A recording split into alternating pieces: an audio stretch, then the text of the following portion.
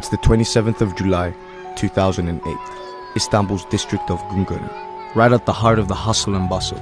Smiling faces, children laughing, mothers rejoicing, all under the usual unpredictability of the Bosphorus's gleaming sun. But what started as a gloriously mundane day was about to end in a massacre, where laughs turned into cries and people turned into ashes. 2 bombs simultaneously go off in trash cans, killing 17 people, 5 children, and 154 wounded.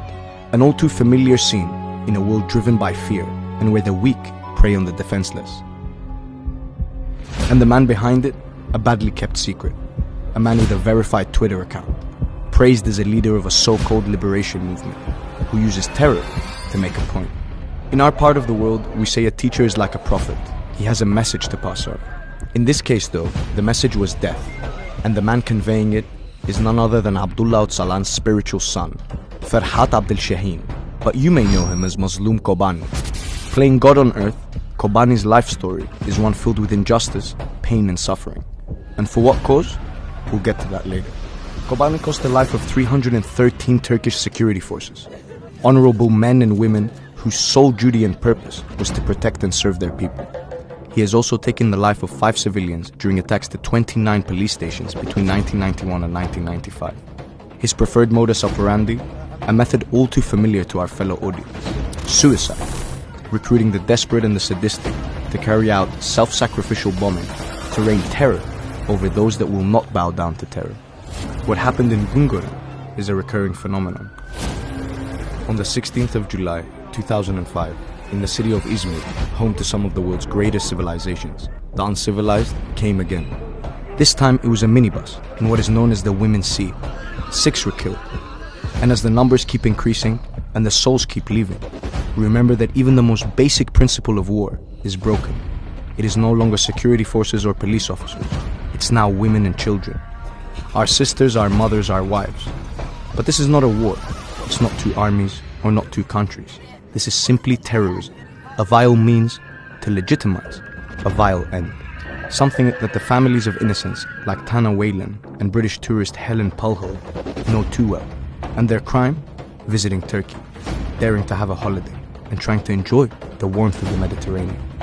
As we move down to the coast a year later in Antalya, a bomb explodes by the main square. 4 people were killed and 87 people wounded. In southeastern Turkey, Muslim attacks again. 17 were killed, 8 were wounded in a rocket attack on a minibus in 1996 in Çukurca, Hakkari. October 5th, 1993, 35 people were killed, 10 were wounded when Muslims posse set a fire to 22 homes in villages in southeastern Turkey. The victims of both attacks are all Kurds. In 20th of August 2008, 13 policemen fall victim to another treacherous suicide bomber. Are you still keeping count?